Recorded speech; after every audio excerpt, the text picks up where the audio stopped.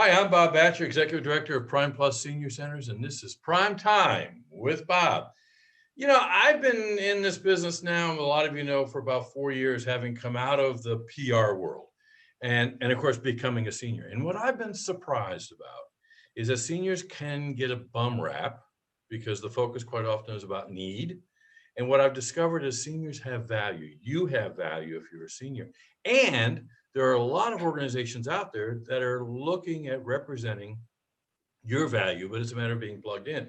And I've kind of run across, and I keep hearing about this woman, so I thought I'd introduce her to you, and that's Dana Parsons with Leading Age Virginia. Dana, everybody talks about you and how big of an impact you had. Did you know that? I did not. Oh, thank you. That's very kind of you to say. Yeah, our director of adult day service called me and said, you've got to talk to Dana. So here we are.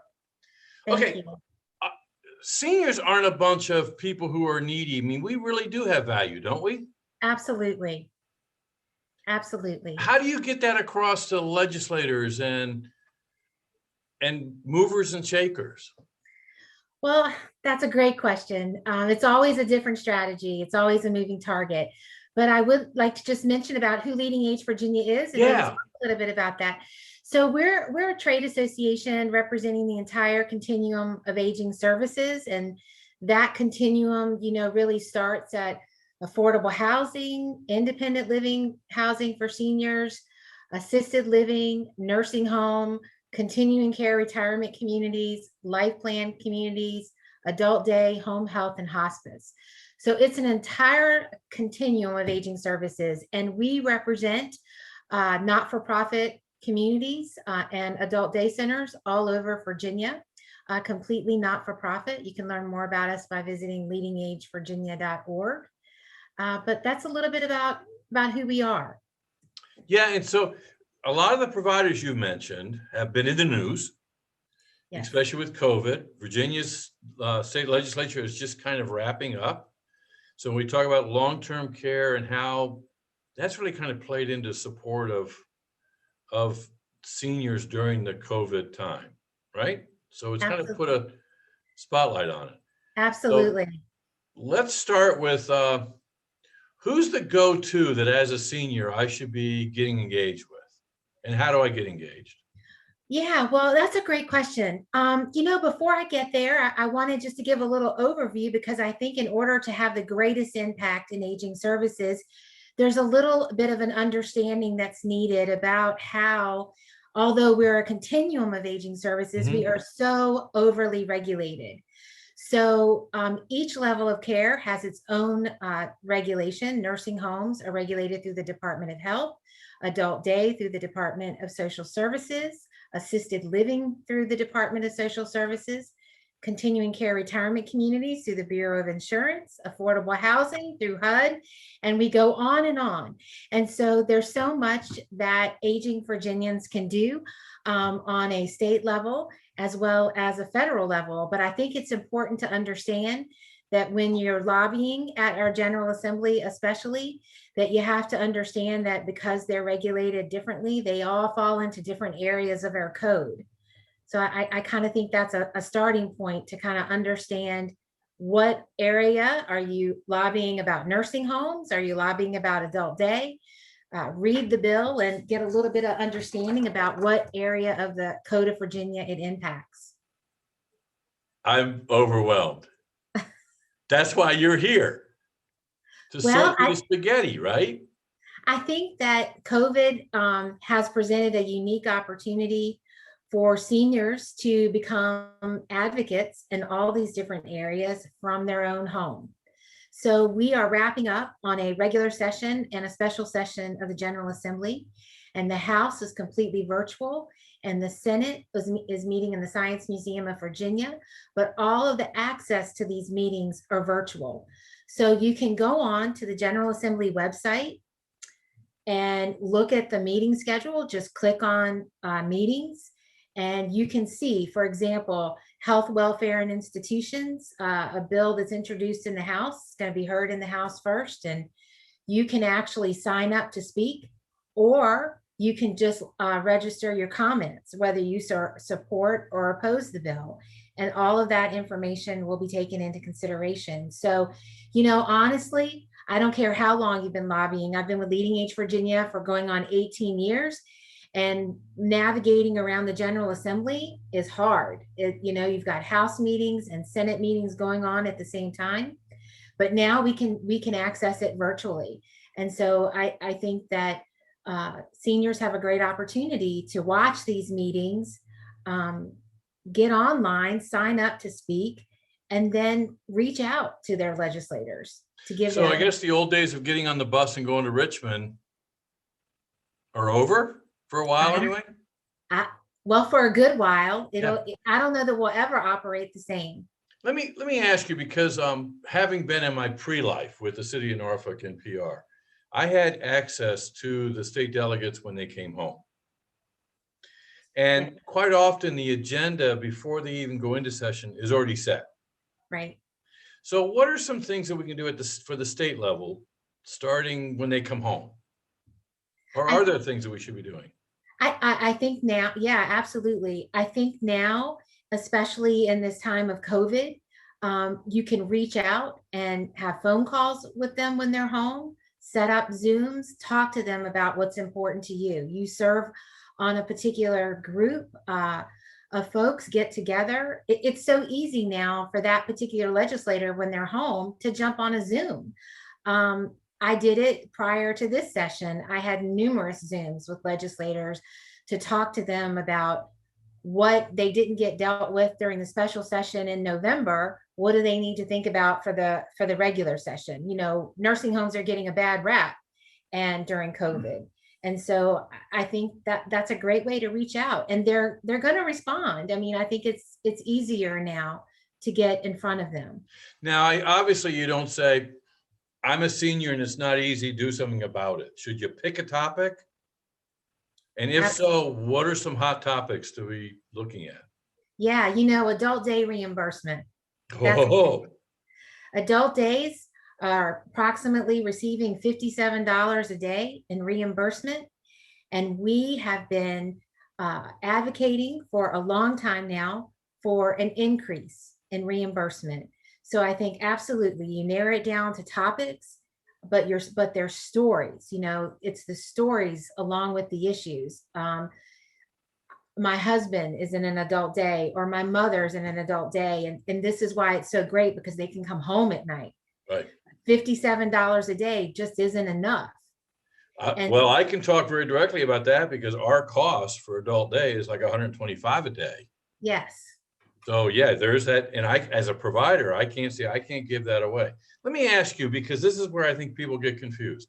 There's all these terms, Medicare, Medicaid. Is that driven by the state or by the federal? So Medicare is an insurance program, and Medicaid is a program that funding comes from the federal government, but is administered by our state. And so it's funding to use for folks who need it, who qualify in the nursing home and for adult day. So, I think a lot of people don't realize that Medicaid can be utilized in adult day. And I can't say enough great things about adult day. And so, yeah. Well, and I think sometimes people need to understand how providers are impacted by the funding. And in the case with Norfolk, a lot of our long-term care is starting to disappear because of that reimbursement. They can't afford to be. Right. So there's a possibility, if you're on Medicaid, you might have to go to Suffolk to visit your loved one. Absolutely. Those are the kinds of, they've got to know about this, right? They've got to hear, so they can hear from me, and I, represent, we're Leading Age, and our vision is positive aging for all Virginians, but they really need to hear the stories of the seniors. So I lobby with them, I lay out the issue, I talk with them about how the law needs to be crafted and where the increase in reimbursement is needed. But then we need residents of communities, we need seniors in the community to then reach out to their legislators and say, this is why an increase in Medicaid is necessary for the nursing home and for adult day. So those stories really drive home what we're lobbying for. Yeah, and I think so often people will give dollars and cents and data, but that story is important. Now, having come out of local government, The local government has a role too, because of not necessarily the legislation they have, but how they influence that whole package, right? Yeah, absolutely. Local government, it all starts there. Now, so federal, what are they? I mean, we're all engaged in that now. You watch the national news, there's a lot of dynamics, but at the federal level, what happens? So the federal level, yeah, that there is so much happening there. And that is another great way that seniors can advocate. We work with our National Association Leading Age in DC. We have recently launched our 100 Days of Advocacy. And that means that we need all Virginians to reach out to Congress. There is a link that I provided you, and I believe there's some information that's shared. You can find that link. It's in the write-up before the video. It talks about our 100 Days of Advocacy and how everyone can get involved in that. But there's a specific alert that I've also provided you that you have in that information where Virginians can reach out to their US senators. So right now, the House and the Senate are working on COVID-19 legislation. And so we need to make sure that some key provisions are in there related to affordable housing, Wi-Fi access to combat social isolation, just a need for overall increase in reimbursement. And that has such a tremendous impact because what happens on a federal level, that money that's approved then comes down to the states and then is administered by the states. So we had CARES Act funding, for example. That came from the federal government. We advocated strongly for that. Then it comes to Virginia and then it's administered through Virginia and to the necessary entities who need it. You know, I mentioned at the very beginning, I've been overwhelmed by the number of agencies and entities who are here to represent seniors and give them a voice. You all are, through us at Prime Plus and being a provider, have access to you, but there is what we call the AAAs. Yes. And can you kind of explain a little bit about how they operate? Yeah, we work with the AAAs. I mean, they provide so many great services. And we're not talking about the car service. No, I understand. Yeah, not the car service. They also advocate, and we work with them on a number of issues. And I think it's important to get concerns to the AAAs that seniors have, because they do also serve as advocates and provide a lot of services that are needed. I think that sadly, we're such a fragmented system here in Virginia. We have so many agencies, but then there's a reason for that, because assisted living is a social model, and then that's regulated through the Department of Social Services along with Adult Day. And then we've got the Department of Health for nursing. Then we have the Department of Rehabilitative Services and Aging. And so there's so many agencies. It's so hard to keep up with. I was involved over this past weekend. There's an influx of people who are in need of affordable housing. And you mentioned this. Yes. Affordable housing is probably one of the big issues, and we get calls on it all the time at Prime Plus. Do you know where I can get an apartment that's affordable? And so how do you go after this? Now, I sent an email out, kind of a shotgun email, and I was amazed with the number of agencies that are caring about it. But how do you move the dial on making sure? It's great that they care, but how do you get more housing? I mean, isn't that what people are really asking for? Absolutely. And it is complicated, and it shouldn't be a complicated system. I mean, we represent affordable housing, and we understand the complications of accessing that. And we're advocating for working with HUD, to make sure that affordable housings understand their compliance aspects. But we're also advocating for funding and education and awareness of how you can have access to affordable housing. It is tough. There are Senior Navigator. There are different organizations out there that try to consolidate that information. And that's one that comes to mind. Senior Navigator is kind of a launch site to some of those accessible housing resources.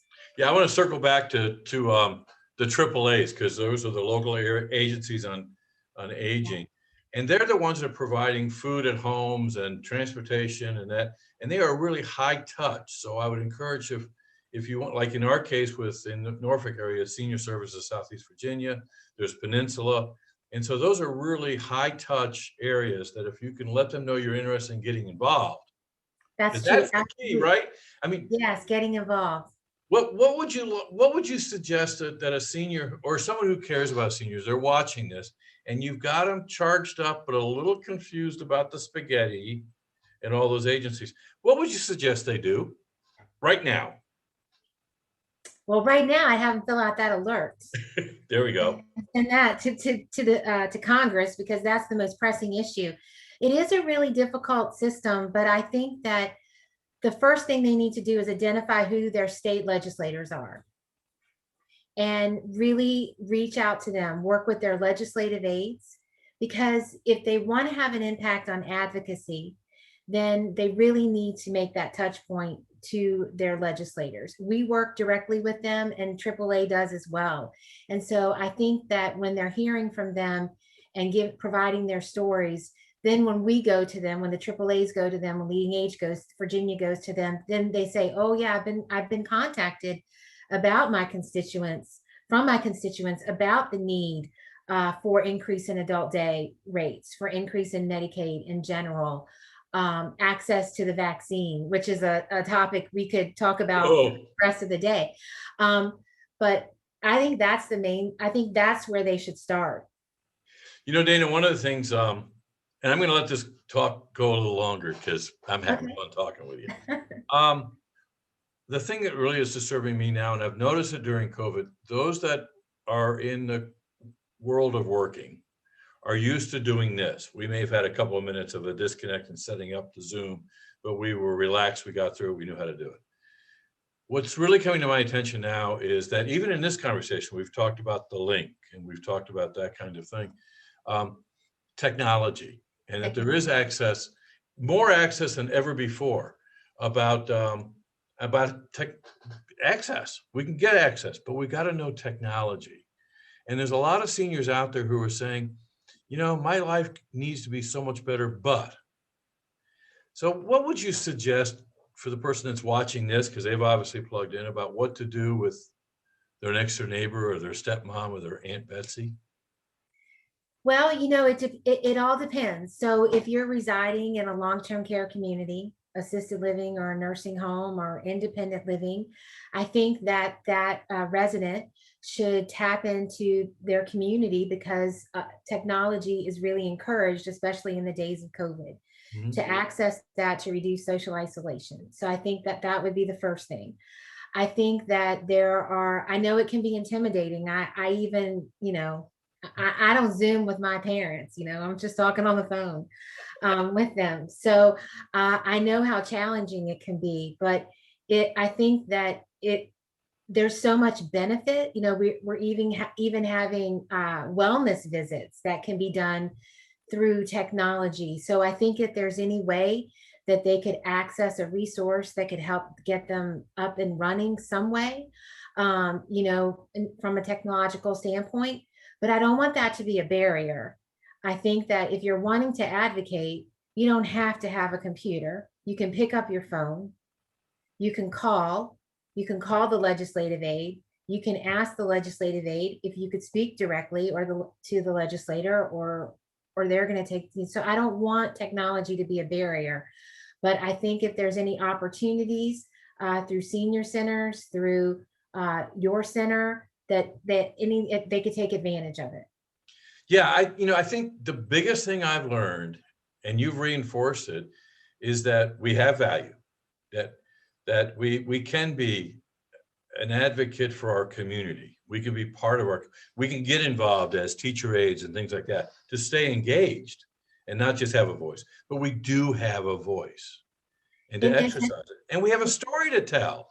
It's a necessary voice because they need to hear from the seniors. So when we're talking about additional funding or issues about access to the vaccine, or all of these things that we're presenting on a federal and a state level, we then need that advocacy to occur so that their constituents are reaching out and they know that what we're saying, how it's impacting those folks, and their stories make such a tremendous difference. So April 21st, we're going to be having a virtual lobby day. Leading Age Virginia through Leading Age National can reach out to me for anybody who might want to participate in that. I'm Dana at leadingagevirginia.org. And we're going to talk with the U.S. representatives virtually and tell our stories. I know the ones that represent us, and I can tell you they care, but they need to hear from us. They do. Because they're hearing from other people, they might as well hear from us, right? Absolutely. Those personal stories make such a difference. Dana, you've been doing this for 18 years. Yes. Since you were very young. Why? Well, I had some You personal. smile when you talk about it. Well, God opened the door for me for sure to come into long-term care, but some personal stories, for me growing up with my grandparents, and I went on to law school and wasn't sure exactly, what area of the law I was going to get into. And, some doors opened, and the door opened for Leading Age Virginia, and I love it and I'm passionate about it. And our members, the nursing homes, assisted living, all of our members, adult day, they do tremendous work, and I consider it an honor just to be a part of it. Well, I'm glad you are. And I do appreciate those multiple emails a day with updates, because it's telling me that there is somebody who cares, but it also tells us that we're not alone. Pardon me? Thanks for reading them. I do read them. And in fact, I do even better. I forward them. Well, thank you. Quite often, because information is so important. And in today's environment, we're able to get it so much easily. But talk to your neighbor about getting up on technology so they can be just as informed as the people that are watching this. So Dana, what did I forget to ask you? I think we covered everything. I know it. I want to keep this conversation going with you at another time. Maybe when the legislature is done, you can tell us if we won or not. Okay, I'd be happy to. That'd be great. Dana, thanks a lot, and stay safe and stay connected, as we say at PrimeTime with Bob. Well, thanks for having me. Appreciate it. We'll see you next time. Thanks for joining us. Bye-bye. Bye-bye.